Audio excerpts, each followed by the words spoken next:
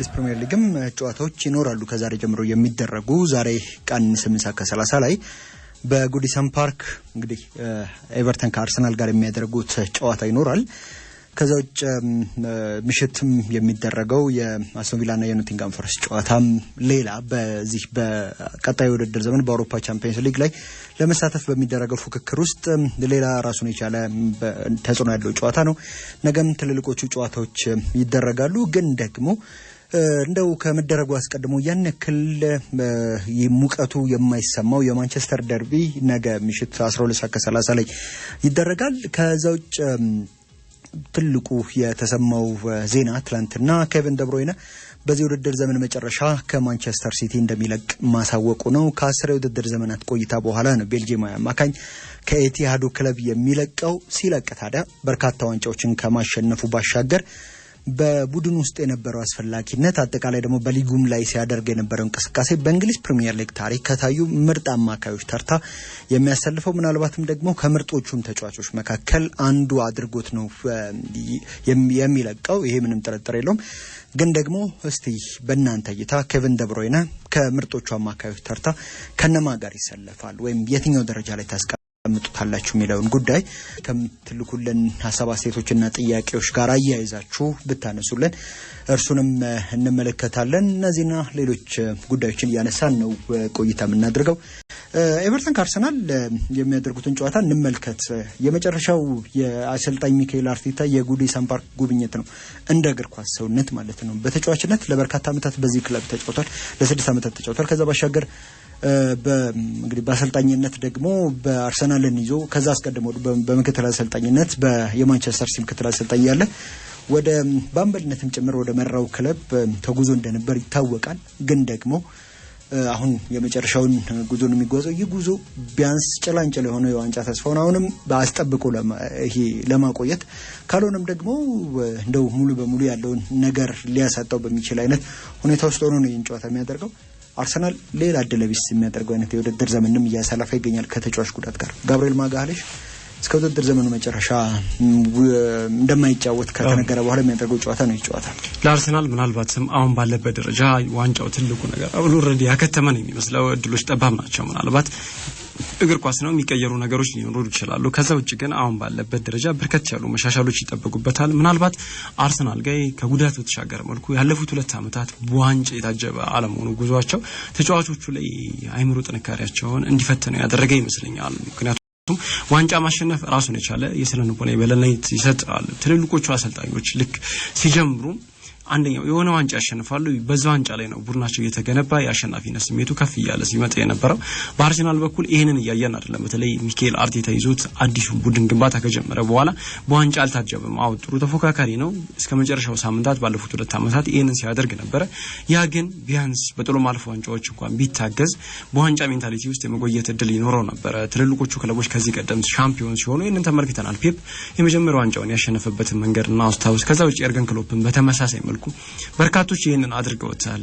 ሰር አሌክስ ፈርጉሰን ኤፍ ኤ ካፕ ካሸነፉ ያቺ ጆዜ ሞሪኖ ሊግ ካፕን የመጀመሪያ አደላቸው። አርሰን ቬንገር እንደዚሁ በተመሳሳይ የሆነ መስፈንጠር ያላቸውና በዚህ አንፃር ስንመለከተው አርሰናል ከጉዳቱ በተሻገረ መልኩ ይሄንን እንመለከታለን። ጉዳቱ በተለይ ወሳኞቹ የውድድር ምዕራፎች ላይ ማርቲን ኦዴጋርድ አልነበረም መጀመሪያዎቹ ላይ። ከዛ ውጭ ደግሞ ቡካዮ ሳካ ደግሞ ወሳኙ ምዕራፍ ላይ አልነበረም።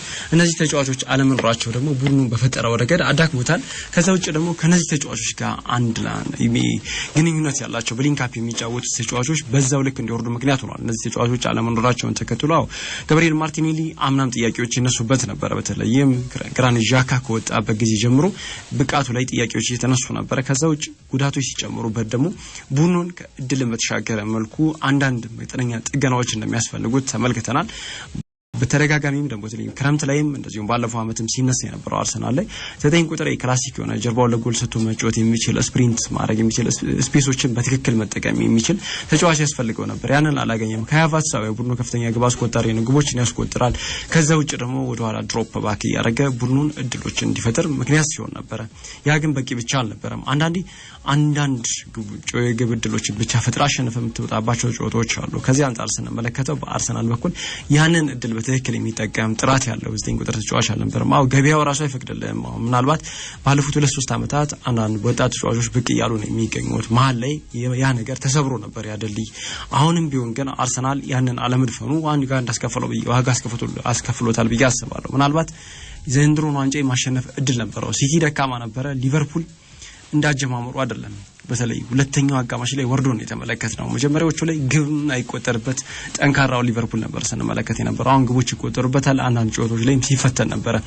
አርሰናል ባለፉት አመታት በነበረው ጥንካሬው ላይ ቢገኝ ኖሮ አሁን በዋንጫው ፉክክሩ ላይ ራሱን የቻለ ተጽዕኖ ማሳደር ይችላል ነበር።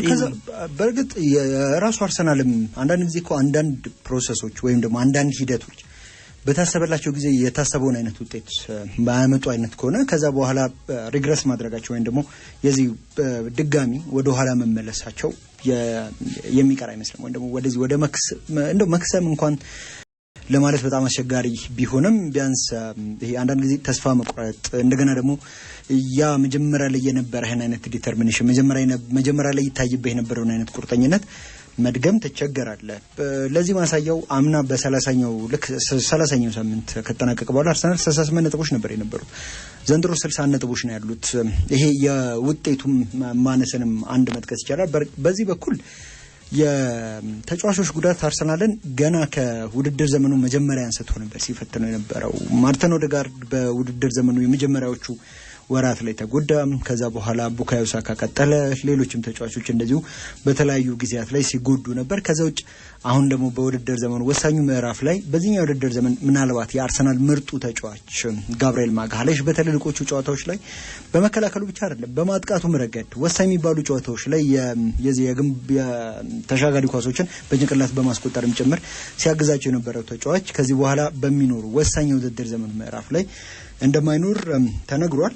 ግን ይሄ ነገር ሊያግደን አይገባም። አዲስ መፍትሄ መፈለግ አለብን እና ወሳኝ የሚባለውን የውድድር ዘመን ምዕራፍ ተጫዋቾቼ ኢንጆይ ያደረጉት እንዲቀጥሉ ፈልጋለሁ። እስከ መጨረሻው ድረስ እንታገላለን። እንደው በሪሳይ ላይ ብሏል የዚህ የዋንጫው ጉዳይ ተስፋ ቆርጠተዋል ተብሎ ተጠይቆ በፍጹም የማይደረገውን እስከ መጨረሻው አጋጣሚ ድረስ እንፋለማለን። ይሄ በዚህ በሂሳባዊ ስሌት ዋንጫውን እስከምናጣ ድረስ ወይም እንዳጣን እስከምናረጋግጥ ድረስ እንታገላለን የሚል ሐሳቡን ሰጥቷል።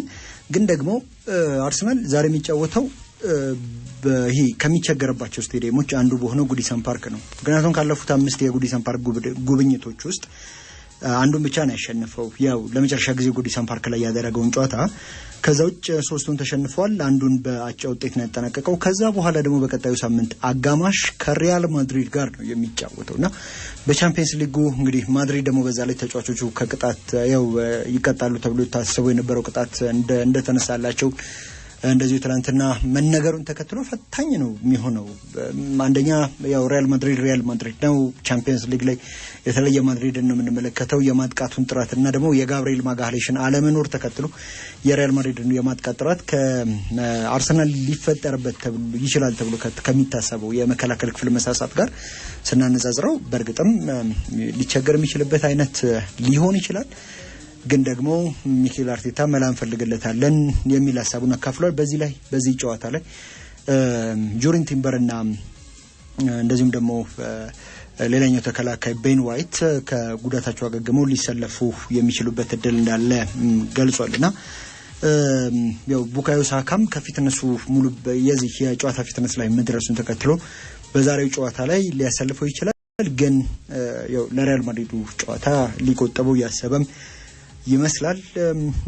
ይህንን ጨዋታ የሚያሸንፍ ከሆነ ከሊቨርፑል ጋር ያለው ነጥብ ልዩነት ቢያንስ ሊቨርፑል እስኪጫወት ድረስ ወደ 9 ነጥቦች ማጥበብ ይችላልና ይሄ ራሱን ይቻለ እንደው በጣምም ባይሆን ጥቂትም ቢሆን ጫና ሊቨርፑል ላይ የሚያሳድር ይመስላል።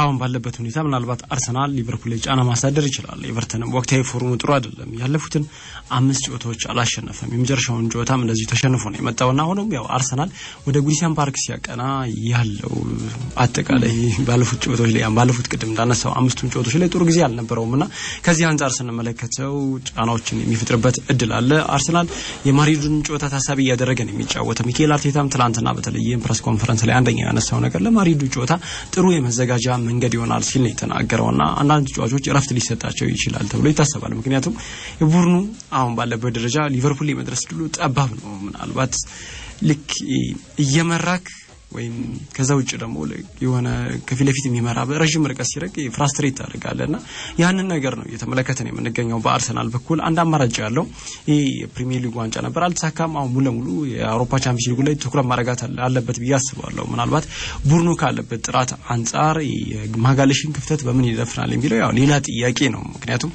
ዘንድሮ አርሰናል ያስቆጠራቸው ግቦች ላይ ተጫዋቹ ሚናው ከፍ ያለ ነበር ወደ 5 የሚጠጉ ወሳኝ ግቦችን አስቆጥሯል እሱ ያስቆጠራቸው ግቦች ደግሞ ዋጋቸው ከሌሎቹ ተጫዋቾች ይለያል ተጨማሪ ግብ አይደለም ወይ አቻነት ግብ ነው ወይ አሸናፊ የሚያደርግ ግቦች ነበር ሲያስቆጥር የነበረውና እሱ አለመኖር ተጽዕኖ አለው ከዛ ውጭ ደግሞ ወደ ግራ አድልቶ የሚጫወት ተጫዋች በትክክል አለ ወይ አርሰናል ልክ በማጋለሽ ጥራት ደረጃ ስንል ጥርጣሬ ውስጥ የሚያስገባ ነው ኪቪዮር አለ ከዛ ውጭ ካላፊዮርም እዛ ቦታ ላይ መጫወት ይችላል እነዛ ተጫዋቾች ግን ልክ በማጋለሽ ጥራት ልክ ናቸው ስንል ብዙ የሚያጠያይቁ ነገሮች አሉ በዛ ላይ ደግሞ ዴቪድ ሞይስ ናቸው ከተለልቆቹ ጋር ሲጫወቱ ይዘው የሚመጡት ፈተና ከፍ ያለ ነው ይሄንን ስናስብ አሁንም ቢሆን ሚኬል አርቴታ በተለልቆቹ ጨዋታዎች ላይ ይበልጥ ከአርሰን ቬንገር ከፔፕ ጋርዲዮላ ይልቅ ዴቪድ ሞይስን ይመስላል የሚባለው በዚህ ምክንያትም ጭምር ነው አይደል በተጫዋችነት ዘመኑ እንግዲህ ሰፊውን የተጫዋችነት ህይወቱን ምርጡን ጊዜ ያሳለፈው በሳቸው አሰልጣኝነት ጊዜ ነው ምርጥ ከምን አንፃር የሱ ኳሊቲ ፒኩ የነበረበት ምናልባት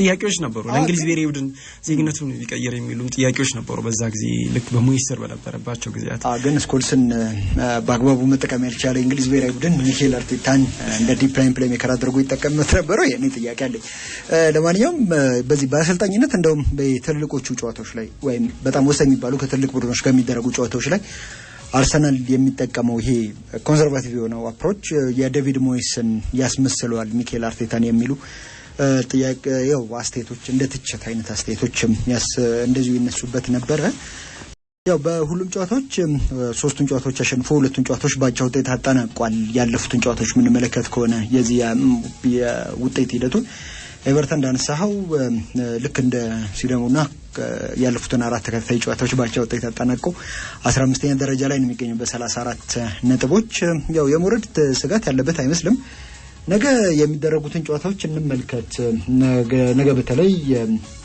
በ10 ሰዓት ላይ ከሚደረጉ ጨዋታዎች መካከል የሊጉ መሪ ሊቨርፑል የሚያደርገው ጨዋታ ይኖራል የጨዋታ ክራቨን ኮቴጅ ላይ ከፉላም ጋር የሚደረግ ጨዋታ ነው የአሰልጣኝ ማርኮስ ሲልቫ ቡድን ዘንድሮ ሊቨርፑልን በአግባቡ ከፈተኑ ቡድኖች መካከል አንዱ ቢሆንም የአሰልጣኝ አርነ ስሎትንም ደግሞ የዚህ የጨዋታ ማኔጅመንት በትክክል የተመለከትንበትም ጨዋታ ነበር ያ ጨዋታ ምክንያቱም ቡድናቸው ተጫዋች በቀይ ወጥቶበት እየተመራ ከዛ በኋላ በሁለተኛው አጋማሽ ያደረጓቸው ቅያሬዎች አጥቂዎችን ነው ቀይረው ሲያስገቡ የነበረው ግን ደግሞ እነዛ አጥቂዎች እንደ አማካይም ጭምር ሆኖ የቡድኑ ሚዛን እንዳይጎል አድርገው ግን ደግሞ የቡድኑን የማጥቃት ሪስክም ያስቀጠሉ አይነት ተጫዋቾች ነበሩና በስተመጨረሻ ውጤትን ይዘው ወጥተዋል ዛሬ ክራቨን ኮቴጅ ላይ ሲጫወቱ ይበልጥ ወደ ዋንጫው የሚጠጉበትን ወይ ደግሞ ከዋንጫው ጋር የሚገናኙበትን ጊዜ ያሳጠሩ ለመምጣት የሚያደርጉት አይነት ጨዋታ ነውና ፉልሃምም እንደዚሁ ቢያንስ በዚህ ያለውን የእድገት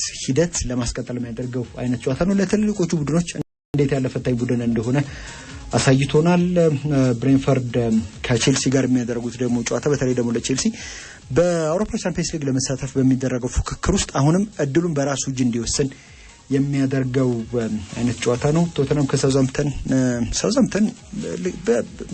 ከዚህ በኋላ የተስፋ መቼ ካልሆነ በስተቀር ከሊጉ የመውረዱ ነገር የተረጋገጠ ጉዳይ ነው ቶተንሃምም በቀጣዩ ውድድር ዘመን በአውሮፓ መድረኮች ላይ ለመሳተፍ ያለው ብቸኛው አማራጭ የአውሮፓ ሊግ ማሸነፍ ብቻ ይመስላል ከዚህ በኋላ ባለው ጊዜ ወደ ላይ ከሊጉ ወገብ በላይ መጥቶ ከዛ በኋላ ጨዋታዎችን በተከታታይ በማሸነፍ ሌሎቹ ደግሞ ነጥብ ሲጥሉ ለተጠብቀው በአውሮፓ መድረክ የሚያሳትፈውን ደረጃ ይዞ ያጠናቅቃሉ ሌላ ራሱን የቻለ ጥያቄ የሞንጁሎ ጠባብ ነው አሁን ባለበት ደረጃ ምክንያቱም ቶተንሃም ቢያንስ እንኳን ብንመለከት 8ኛ ደረጃ ላይ ከተቀመጠው ከብራይተን ጋር እንኳን ያለው ነጥብ ልዩነት ሰፊ ነው ብራይተን 47 ነጥቦች ነው ያሉት ቶተንሃም ወስፈር ገና 34 ነጥቦች ይዟል ይሄንን ነጥብ በመልኩ ያጠባል የብራይተን ምሳሌዎች 13 ነጥብ ነው ሌሎቹም አሉ አሁን እኮ ምን አነሳው ብራይተን አነሳን እንጂ ከላይ የተቀመጠው ኒውካስል ዩናይትድ አለ አስቶን ቪላ አለ ከዛ ውጭ ሲቲ ራሱ የአውሮፓ ቻምፒየንስ ሊግን ቦታ አላረጋገጠ ምናልባት አሁን ባለበት ደረጃ የሚቀጥል ከሆነ እንግሊዝ ክለቦች 5ኛ ኮታ ስለሚያገኙ ያንን ታሳቢ ካላደረግን በስተቀር የሚሆንበት እድል ጠባብ ይመስላል ቶተንሃም ወስፈር ያው ጉዳት እድለቢስ ያደረጋቸው ይመስላል። አንጂ ፖስቴኮግሉ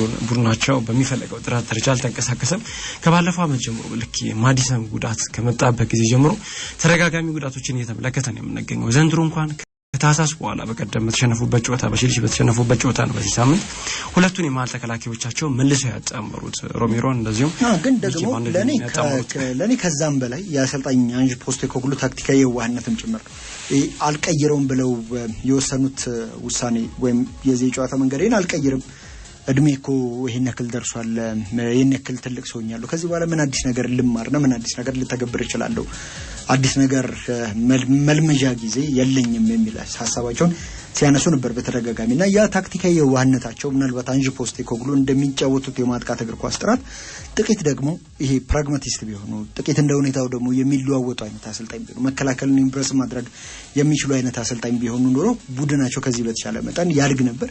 ከዛውጭ የሚጫወቱት ይሄ ሃይ ኦክቴን እግር ኳስ የተጫዋቾቻቸው ፊትነስ ላይም እንደገና ደግሞ ቶሎ እንዲጎዱ ማድረግ ላይም የራሱ የሆነ አስተዋጽኦ ነበረው። ተጫዋቾቻቸው በተለይ ደግሞ የተከላካይ ክፍላቸው ተጫዋቾች ከኩቴ ሮሜሮ ክርስቲያን ሮሜሮ ሆነ ሚኪ ቫን ደ ቬን በዚህ በፊትነሱ በኩል ያን ያክል ጥሩ ሊባሉ የሚችሉ አይደሉም ወይም የፊትነስ ሬከርዳቸው ጥሩ የሚባል አይነት አይደለምና ያንን ታሳቢ ያደረገ እነዚህን ተጫዋቾች ለረጅም ጊዜ ለመጠቀም የሚያስችል አይነት እና ኤቭ ቤሱማን እና ፓፕ ማታሳርን በአግባቡ ለመጠቀም የሚያስችል አይነት የጨዋታ መንገድ መቅረጽ አለመቻላቸው ግን ዋጋ እንዳስከፈላቸው መናገር ይቻላል። 12:30 ላይ ማንቸስተር ዩናይትድ ከማንቸስተር ሲቲ ኦልድ ትራፎርድ ላይ የማንቸስተር ደርቢ ጨዋታቸውን ያደርጋሉ። 2010ዎቹ መጀመሪያ ላይ እንደ አውሮፓውያን አቆጣጠር እስቲ መለስ ብለን ነው የሲቲ መነሳት የማንቸስተር ዩናይትድ ማዘቅዘቅ የጀመረባቸው አመታት ላይ ከኤል ክላሲኮ ያልተናነሰ እኮ በሽኩቻ የነበረበት ከኤል ክላሲኮ ያልተናነሰ መጣበቅ የነበረው አይነት ጨዋታ ነበር። ግን ደግሞ ያው የነዚህ ቡድኖች በተለይ ደግሞ በዚህኛው ውድድር ያው የማንቸስተር ዩናይትድ ከፈርጉሰን መልቀቅ በኋላ ባሉ አመታት የቁልቁለት እንጂ እንደው ቀና ብሎ እንኳን የመመልከት አይነት ነገር ያላየንበት ጉዞ የመድከም ጉዞ ላይ ነበር። ማንቸስተር ሲቲ ደግሞ በዚህኛው ውድድር ዘመን ነው አይደል የተጫዋቾች ጉዳት እድሜ የሳይክል መጨረስ ፓሽን አንድ ላይ ቡድኑ አረጀ ቡድኑ ላይ ትልቁ ተጽዕኖ እሱ ነው ሲቲ ቤት እየተመለከተን የምንገኘው ምናልባት ያው የሁለቱ ቡድኖች ተርኒንግ ፖይንት በማሰበው ባላንጣናቱ የተመለሰው ያቺ ሮቢኒዮ ዝውውርናት ያስባሉ ራሱ ሮቢኒዮም እንዳለው ወደ ማንቸስተር ትሄዳለ ሲባል ዩናይትድ ነበር የመሰለኝ ብሎ ነበርና ከዛ በኋላ እሱማ ዳንኤል ቬስም እኮ ያያ ቱሬ ወደዛ ሲገባ ሮቢኒዮ ወደዛ ሲገቡ ነው ማንቸስተር ከተማ ከማንቸስተር ዩናይትድ ሌላ ክለብ ያለ መሰለኝ የሚል አስተያየቱን ሰጥቷል። ግን ያንን ነገር አቮይድ ማለት ያንን ይሄ በማንቸስተር ከተማ ውስጥ የሚታወቀው ዩናይትድ ብቻ መሆኑን አስረስቶ በዩናይትድ ጥላ ስር የነበረው ሲቲ አሁን ዩናይትድን ነው በራሱ ጥላ ስር ያደረገው ያውም ደግሞ በርቀት ገዝፎ ሄዶበት ማለት ነውና ያንን ነገር በቀጣዩ ውድድር ምንም ለማስቀጠል አዲስ የቡድን ግንባታ ሂደት በሲቲ ቤት ታስቧል። ግን ቢያንስ በዚህ ውድድር ዘመን የአውሮፓ ቻምፒየንስ ሊግ ተሳትፎ ማረጋገጥ ግን የአሰልጣኝ ፔፕ ጋርዲዮላ የውዴታ ግዴታ ይመስላል። አሁን ባለበት ሁኔታ ቡድኑ በርከት ያሉ መሻሻሎች ይጠበቁበታል። አንዳንድ ጉዳቶች አሉ። የቡድኑ ወሳኝ ተጫዋቾች ባለፉት አመታት ሁሉ ነገር አድራጊ ፈጣሪ የነበሩ ተጫዋቾች ዘንድሮ ያን እግራቸው ከርቷቸዋል። ጭንቅላታቸው የሚያስበው ነገር ሜዳ ላይ መተግበር ሲቸገሩ ተመልክተናል። አንዳንዴ ልክ አሉ አይደል ሁሉ ነገር የሚቀይሩ ጉዳቶች አሉ። ልክ ከመነበርክበት መስመር የሚያስወጡ ጉዳቶች አሉ። ሁልጊዜ የሚነሳው የሮድሪ ጉዳት አለ። ከዛ ውጭ ግን ቡድኑ ራሱ ተከላካይ መስመሩ ስቴብል ይሆናል ነበር። ማን ከማን ጋር በየሳምንቱ እንደሚጣመር አይታወቅም ነበር። በተደጋጋሚ ተከላካይ መስመር ላይ ተጫዋቾች ይጎዱ ነበር። ያ ራሱን የቻለ በግል እንደረጋጋ ወረድን ሩበን ዲያዝ አይመስልም አስደንጋጭ የሆነ ወራረድ ነው የወረደው። ፐርፎርማንስ ብቻ አይደለም መሪነቱም ይከዳውና ልክ በራስ መተማመኑ ሙሉ ለሙሉ ያንዳጣ ተመልክተናል። ይሄ ምናልባት ያው አንደኛው ልክ ኳስን ፖስት አድርገህ ረጅም ጊዜ በተለይም ከጀርባ 30 እና 40 ሜትሮችን ጥለም ተጫወት ከሆነ ስፕሪንት አድርገህ እያንዳንዱ ጨዋታ ላይ እንቅስቃሴ ታደርጋለህ። ይሄም ደግሞ ተለይ ተጫዋቾችን ጉልበት የጨረሰ ይመስለኛል። እድሜ በተሻገረ መልኩ እያንዳንዱ ጨዋታ ላይ ተጽዕኖ በልጦ ተቆጣጥሮ ነው ሲቲ የሚወጣውና ይሄ ደግሞ ብዙ ሜዳዎች እንዲያካልል ያው ኳስ ከተቆጣጠርክ ምናልባት ያው ማትሮጥባቸው ቦታዎች ቢኖሩም ሲቲ ግን ፋይናንስ ሰርድ ላይ የነበረውን ጫና ተመልክተ ከዛ ደግሞ ተከላካይ መስመሩ ላይ ደግሞ ከኋላ ብዙ ስፔሶችን ስለሚተው ተከላካዮቹ ከአማካኞቹ በተሻለ መልኩ ይሮጣሉ ከጀርባቸው ስፔሶችን ስለሚጥሉ በዚህ ምክንያት ሲቲ በሚፈልገው ጥራት ደረጃ ዘንድሮ ይሄንን አልተመለከትንም አንዳንድ ቅያሬዎችንም አድርጓል ጥር ላይ ሁለት ተከላካዮችን ያስፈረመው ከዚህ ቀደም ሲቲ ይሄን ያወጣ ምናልባት ፔፕ ከመጣ በኋላ ሲቲ ውዶቹ ዝውውሮች ተከላካይ መስመር ላይ ነው የምንመለከተው ጊቫርዲዮ ምናነሳ ከዛውጭ ወከራውንም ከግሪሊሽ ዝውውሮች እነሱ ናቸው ተከላካዮቹ ናቸውና አሁንም በዛ ጥራት ደረጃ የሚገኙ ተጫዋቾች አሉ ብዬ አላስብም አንዳንዶቹ ብቃታቸው ወርዷል ቡድኑ መታደስ ይጠበቅበታል በርናንዶ ሲልቫም ቢሆን የባለፉት አመታት በርናንዶ ሲልቫ አይደለም ያው አንደኛው ሌሎችም ተጫዋቾች እንደ ቡድን አይደል ልክ አንድ ባንድ ሲኖር ኮንዳክተሩ ወይንም ድራም አንደኛው ጥሩ ፐርፎርም ካላደረገ ሌላው አብሮ ይወርዳልና ሲቲ ቤትም ይሄንን ነው ያያኔ የምንገኘው ቀጣይ አመት ግን የተሻለው ሲቲ እንደምንመለከት ምንም ጥርጥር የለውም በነገው ጨዋታ ላይ ያው ዩናይትድ የተሻለ ሲቲ ነው አሁን ችግር ውስጥ ነው ያው ሲቲ እንደዚህ ያነሳን ያለው ችግር እንዳለው ነው ከዩናይትድ በብዙ መልኩ በጥራት ከፍ ያለ ሲቲን ነገም ልንመለከት እንችላለን ራስላኝ ሮበን አሞሪም ከመጣ በኋላ ዩናይትድ ቤት የተለየው ነገር ከትልልቆቹ ቡድኖች ጋር ሲጫወት ወደ ኋላ ፈግፍጎ ነው የሚጫወተው ዩናይትድ ባክፋይ በትክክል የሚሆነው ያ ነውና አሁንም ልንመለከት የምንችለው ያንን ዩናይትድ ይመስለኛል አሁን ባለበት የጥራት ደረጃ ስንመለከት ዩናይትድ በርካታ ችግሮች አሉበት ምናልባት አሁን ደግሞ የማቲያስ ዲሊት መሰለፍ ጉዳይ አጠራጣሪ ነው ትላንት ነው የተነሳው ማሳማውን ይሰለፋል ተብሏል ኮቤ ማይኖ ወደ ሜዳ እንደሚመለስ ነው የተገለጸው እነዚህ ተጫዋቾች ግን የፊትነሳቸው አሁንም ጥያቄዎች ሲነሳ ከዛ ባሻገር በነገው ጨዋታ ላይ ቢያንስ ከተባባቂው ወንበር ነው ሊነሱ የሚችሉት እንጂ ሙሉ በሙሉ የጀማሪ 11 ውስጥ ተካተው ጨዋታው እንደማይጀምሩ ነው ያሰልጣኝ ያሳውቁትና ምናልባት ከተባባቂው ወንበር ላይ ተነስተው የጨዋታውን ውጤት ሊወስኑ የሚችሉ አይነት ተጫዋቾች ሊሆኑ ይችላሉ በቀጣይ ደግሞ ከሊዮን ጋር ነው የሚጫወተውና ለዛ ጨዋታ ላይ እንግዲህ እንዳይጎዱና ያው ለዛ ጨዋታ ብቁ እንዲሆኑ በማሰብም ጭምር ነው በዚህ በማንቸስተር ዩናይትድ በኩል አሰልጣኝ ሩበን አሞሪም በነገው ጨዋታ ላይ እነዚህ ተጫዋቾች ቢያንስ ጀማሪ 11 ውስጥ አካተው የማያጫውቷቸው ሀገር ጉዳዮችን እናንተ ምናልባት በሌሎች ሊጎች የሚደረጉ ጨዋታዎችን እናስቀድምና ዛሬ በስፔን ላሊጋ የሚደረጉ የተለያዩ ጨዋታዎች ይኖራሉ ቀን 11 ሰዓት ከሩብ ላይ ሪያል ማድሪድ ከቫሌንሲያ ጋር የሚያደርጉት ጨዋታ ይኖራል ከዛ ባሻገር ምሽት 4 ሰዓት ባርሴሎና ከሪያል ቤቲስ ይጫወታሉ ነገ 11 ሰዓት ከሩብ ላይ ሴቪያ ከአትሌቲኮ ማድሪድ እንደዚሁ ምሽት 4 ሰዓት ቪያሪያል ከአትሌቲክ ቢልባኦ ጋር የሚያደርጓቸው ጨዋታዎች አሉ በጣሊያን ሴሪአ ዛሬ ቀን 10 ሰዓት ላይ ሞንሳ ከኮሞ ምሽት 1 ሰዓት ላይ ፓርማ ከሊጉ መሪ ከኢንተር ሚላን ምሽት 3 ሰዓት ከ45 ሚላን ከፊዮረንቲና ጋር ይጫወታሉ ነገ ቀን 7 ሰዓት ከ30 ሌቼ ከቬኔዚያ ጋር ከተጫወቱ በኋላ ምሽት 1 ሰዓት ላይ አታላንታ ከላቲዮ እንደዚሁ ምሽት 3 ሰዓት በሮማ ከዩቬንቱስ ጋር የሚያደርጓቸው ጨዋታዎች የስፔን ላሊጋና የጣሊያን ሴሪያ የዛሬና የነገ እንግዲህ ጨዋታዎች ናቸው ከቪን ደ ብሩይነ እናንሳ በውድድር ዘመኑ መጨረሻ ላይ ከማንቸስተር ሲቲ እንደሚለቅ አሳውቋል የቤልጂየም አማካኝ እንግዲህ ሰኔ ላይ 34 አመት ይሞላዋል ወደ ማንቸስተር ሲቲ ከመጣ በኋላ ከማንቸስተር ሲቲ የመንገዜ ምርጥ ተጫዋቾች መካከል አንዱ የሚያደርገው በቁጥሮች የተደገፈም ያልተደገፈም ድንቅ የሚባል እንቅስቃሴን አድርጎ ለክለቡ ውጤታማነትም የራሱን የሆነ አስተዋጽኦ እስከ አምበልነትና እስከ መሪነትም ጭምር አበርክቶ ነው የሚለቀውና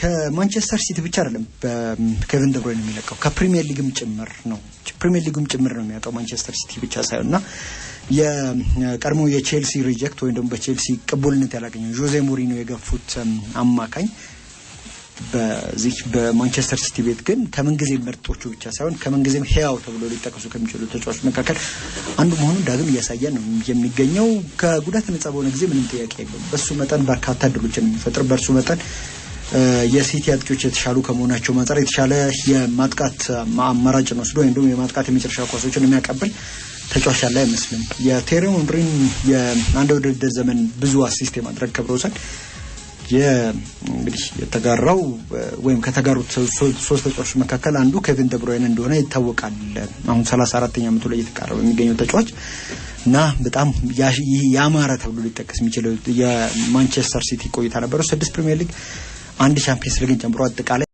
19 ክብሮችን በማንቸስተር ሲቲ መለያ አሳክቷል ተጫዋች ምናልባት በዘመናዊ እግር ኳስ ከተመለከትናቸው ምርጥ አማካኞች መካከል አንደኛው ነው ብዬ አስባለሁ በርካታ አማካኞች ባህሪው የተለየ ነው አማካኝ ነው ግን በርከት ያሉ ክሮሶችን ያደርጋል በእንግሊዝ ፕሪሚየር ሊግ አብዛኞቹ በተለይ ሃፍ ስፔስ ብለን እንጠራው ቦታ ላይ የሜዳው ጠርዙ የመከላከል ዞን ላይ ጠርዟ ላይ የሚያደርጋቸው በርከት ያሉ ክሮሶች ናቸው ምናልባት በእንግሊዝ ፕሪሚየር ሊግ ከተመለከትናቸው ተጫዋቾች መካከል በግንባር ቀደምትነት ይጠቀሳል ያልተዛነፉ ፓሶችን ነበር ሲያደርግ የነበረው። አላማ አላቸው አብዛኞቹ ተሻጋሪ ኳሶቹ ተጫዋችን ታርጌት ያደረገ እግር ሳይዛነፉ የሚደርሱ ናቸው። ምናልባት በሱ ደረጃ ልናነሳ የምንችለው በእንግሊዝ ፕሪሚየር ሊግ ዴቪድ ቤካም ነው። ከዛ በኋላ ጋምስ ፒደርሰን ብላክበርን ላይ እሱን እናነሳ እንችላለን። እሱን እነዚህ ተጫዋቾች እናነሳ እንችላለን። ከዛ ውጪ ግን በሱ ጥራት ደረጃን አልተመለከትኩም። ብዙ አማካኞች አሉ። አርኖልድ እሱ ተመሳሳይ ባሪ ያለው ግን ከሱ ከፍ ያለ ጥራት አለው ብዬ አስባለሁ። ያው አድቫንስ ሆነም ስለሚጫወት አንዳንድ ጊዜ ያው ፔፕ ይላል ብዙ የመከላከል ግዴታ ስለሌለበት ነው ይላል። ግዴታ ግን ኳሱን ከያስከው ጫና ምታሳድር ከሆነ ባይ ዲፎልት እየተከላከልክ ነው ብዬ አስባለሁ። እና ከዚህ አንፃር ፖል ስኮልስን ተመልክተናል። ስቴፈን ጀራርድ፣ ፍራንክ ላምፓርድን ከነሱ የተለየ ባህሪ ያለው ተጫዋች ነው ብዬ ነው የማስበው። ፓትሪክ ቬራ በጣም ብዙ ነው። ካሪክ ራሱ የቡድን አጋሩ የነበረው ዲቪ ሲልቫም ይነሳል። በተለይ ፔፕ ጋርዲዮላ የመጀመሪያዎቹ አመታት ላይ በሁለት 10 ቁጥር ይጫወት ነበር። የሁለቱ ጥምረት እጅጉን ድንቅ ነበር። በእነዚህ አመታት ነበር ጎምሩት የወጣው። 2015 በተለይ ማንቸስተር ሲቲን ከተቀላቀለ በኋላ የሱን ያህል በፕሪሚየር ሊጉ በተለይም በርካታ እድሎችን የፈጠረ የትኛውም ተጫዋች የለም። 827 እድሎችን ፈጥሯል። ከዛ ውጭ ደግሞ ትልልቅ እድሎችን በመፍጠርም ቀዳሚ ተጫዋች ነው። 193 ትልልቅ እድሎችን ፈጥሯል። 117 የመጨረሻ ኳስ እንደዚሁ ለቡድን አጋሮቹ አመሻሽቶ አቀብሏል። በእንግሊዝ ፕሪሚየር ሊግ ታሪክም በተለይም ሪያን ጊግስ ነው በቀዳሚነት የሚቀመጠው። በአጠቃላይ በተለይም በርካታ የግብ ዕድሎችን በመፍጠር የመጨረሻ ኳስ አመሻሽቶ ያቀበለው ሪያን ጊግስ እንደሆነ ይታወቃል። በ287 ጨዋታዎች ነው 162 የመጨረሻ ኳሶችን ያደረገው። ኬቪዲ ግን በአንጻሩ 177 የመጨረሻ ኳሶችን አሳክቷልና ምን ያህል የተጫዋች ሚና በ177 ጨዋታዎች ከጉዳት ነፃ በሆነ ጊዜ በማንቸስተር ሲቲ ስኬት ውስጥ ብቻ ሳይሆን በሊጉ አጠቃላይ ከታዩ ምርጥ ተጫዋቾች መካከል አንዱ እንደሆነ ማሳያ የሚሆነው በዚህ በፕሪሚየር ሊጉ ብቻ 118 አሲስቶች አሉት። ከሪያን ጊግስ ቀጥሎ ሁለተኛው ነው ብዙ አሲስቶችን በማድረግ። ጊግስ በ632 ጨዋታዎች 162 አሲስቶች አሉት። ከኬቪን ደብሮይነ ደግሞ 118 አሲስቶች ላይ ለመድረስ 280 ጨዋታዎች ነው ያስፈልጉትና እንግዲህ 352 ጨዋታዎች ያነሰ ማለት ነው ያደረገው። ከዛ ባሻገር ይሄ ቀደም ያነሳው የዚህ አይነቱ የተለየ የሚባል ተጫዋችነትንም ጉዳይ አለ። አሁን እግር ኳስ ይበልጥ ፊዚካል ሆኗል። እንደውም እኔ በተደጋጋሚ የሚጠቀምበት አንድ ተርማል የዘመኑ እግር ኳስ ከአትሌቶች ከአርቲስቶች እያነጠቁት ያለው እግር ኳስ ነው። ፈጣን ሯጮች ናቸው እንጂ እንደ ዴቪድ ሲልቫ አይነት ማጂሺያንስ ወይም ደግሞ በጭንቅላታቸው የሚጫወቱ የሆነ ብልጭ የሚል በሞመንት ኦፍ ብሪሊያንስ መፍጠር የሚችሉ አይነት ተጫዋቾች እንብዛም የሉም። ኬቪን ደብሮይነ ግን ሁለቱንም የያዘ ነው። ኳስ ድሪብል ሲያደርግ ከራሱ የሜዳ ክልል ወደ ተጋጣሚ ጎል ክልል ሲደርስ የአገሩን ልጅ እና የቀድሞ ቶተንሃም አማካይ ሙሳ ዴምቤሌን የሚመስል አይነት ድሪብሊንግ ቴክኒክ አለው። ከዛ ባሻገር ደግሞ እንደ ዴቪድ ሲልቫ እንደነ ፖል ስኮልስ እንደነ ራያን ጊግስ አይነትም እንደነ ፍራንክ ላምፓርድ አይነትም ደግሞ ድንገት የሆነ ግን ደግሞ የመጨረሻው ውጤቱ ጎል የሆኑ የማይታመኑ አይነት ይሄ ለአይን እንደው ምግብ የሚሆኑ አይነት የመጨረሻ ፓሶችንም ሲያቀብል ነበር። ፔፕ እንዳለው ያው እና ደግሞ እኔም ደግሞ እንደምጠብቀው ከሲቲ የምንጊዜ ምርጥ ተጫዋቾች መካከል አንዱ መሆኑን ተከትሎ በኤቲሃድ ዙሪያ ልክ እንደነ በዴቪድ ሲልቫ ልክ እንደነ ሰርጂዮ አጉዌሮ ሁሉ ሀውልት የሚሰራለት አይነት ተጫዋች ነው። የውድድር ዘመኑን ግን በሊግ ዋንጫ ያው ማጠናቀቅ እንኳን ባይችል በኤፍኤ ካፕ ዋንጫ ሊደመድመው ይችላልና ያንን ነገር ለማድረግ ምናልባት ማንቸስተር ሲቲ ይበልጥ የውድድር ዘመኑን ከዋንጫ ጋር ለማጠናቀቅ የሚጫወትበት ሌላ ተጨማሪ ፐርፐዝ ያገኘ ይመስላል። በጣም ብዙ ነገር ማለት ይቻላል ስለዚህ ተጫዋች ግን ካነሳናቸው ከነ ፓትሪክ ቬራ ከነ ፖል ስኮልስ ከነ ስቲቨን ጀራርድ ፍራንክ ላምፓርድ ሌሎችም ታላላቅ የእንግሊዝ ፕሪሚየር ሊግ አማካዮች መካከል እንደ አንዱ ሆኖ ከነ ሴስክ ፋብሬጋስ ጋር እንደ አንዱ ሆኖ ከሊጉ የመንጊዜ ምርጥ አማካዮች ተርታ የመጠራትን ውብ ጊዜ አሳልፎ ነው የሚለቀው። 6 የፕሪሚየር ሊግ፣ 1 ቻምፒየንስ ሊግ፣ 1 ክለብ ዓለም ዋንጫን ጨምሮ አጠቃላይ 19 ዋንጫዎችን በ413 ጨዋታዎች ያደረገ ነው። ማትሱ መልሰም ልክ ያው በውድድር ዘመኑ መጨረሻ ላይ ጫማ እንደሚሰቅል አሳውቋል። ይህም ቀላል የሚባል የእግር ኳስ ተጫዋችነት ህይወት የነበረው ተጫዋች አልነበረም። በሮማ ነው የሚጫወተው፣ ግን በውድድር ዘመኑ መጨረሻ ላይ እንግዲህ ከክለቡ ጋር እንደሚለቅም አሳውቋል።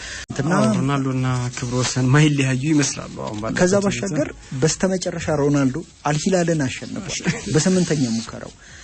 ከዚህ ቀደም 7 ጊዜ ሞክረው ካልተሳሳቱ 7 ጊዜ እርስ በርስ ተጫውተው ክርስቲያኖ ሮናልዶ ወደዛ ከሄደ በኋላ አልተሳካለትም ነበር። ትናንትና ያውም በአልሂላል ሜዳ ነው የነን ጨዋታ አሸንፈው ጎልም አግብቶ በሁለት ጎሎች አግብቷል። ከዛ ባሻገር የጨዋታ ኮከብ ተጫዋችም ተብሎ ተመርጧልና በ40 ዓመቱ 931ኛ ጎሉ ላይ ደርሷል። አዲስ ክብረ ወሰን ሮናልዶ አኪዶ እጅጉን አስፈሪ መሆኑን እየተመለከተ ነው የምንገኘው። ምናልባትም 2025 ከገባ በኋላ በ15 ጨዋታዎች 14 ግቦችን አስቆጥሯል። ምናል ከጎል ጋር እንደታረቀ መመልከት እንችላለን።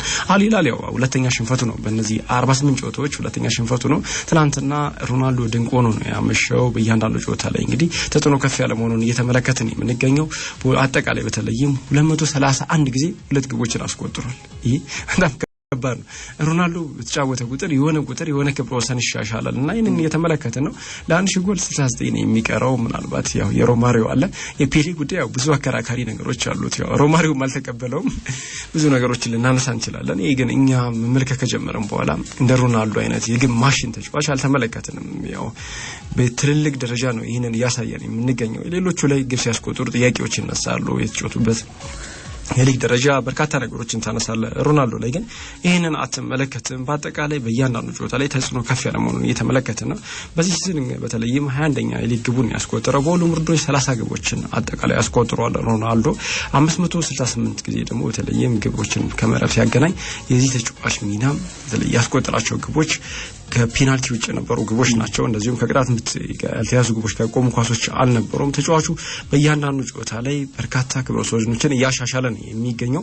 ትናንትና ሚንን ያስመለከተን አልናስር ትናንትና ማሸነፉን ተከትሎ አሁን ቀስ ብሎ እየመጣ ይገኛል። በዋንጫ ፉክክር ውስጥ ከፍ ብሎ መጥቷል። ሶስተኛ ደረጃ ላይ ነው የተቀመጠው። 54 ነጥቦች አሉት። ላይ የተቀመጠው አሊታድ ነው። አሊታድ 61 ነጥቦችን ይዟል። አሊ ደግሞ 57 ነጥቦች። የነ ካሪም ቤንዜማ ቡድን ነው ሊጉን እየመራ የሚገኘው። ግን ዘንድሮ በጣም የተሻለ ቡድን እየመሰለ ነው የሚገኘው።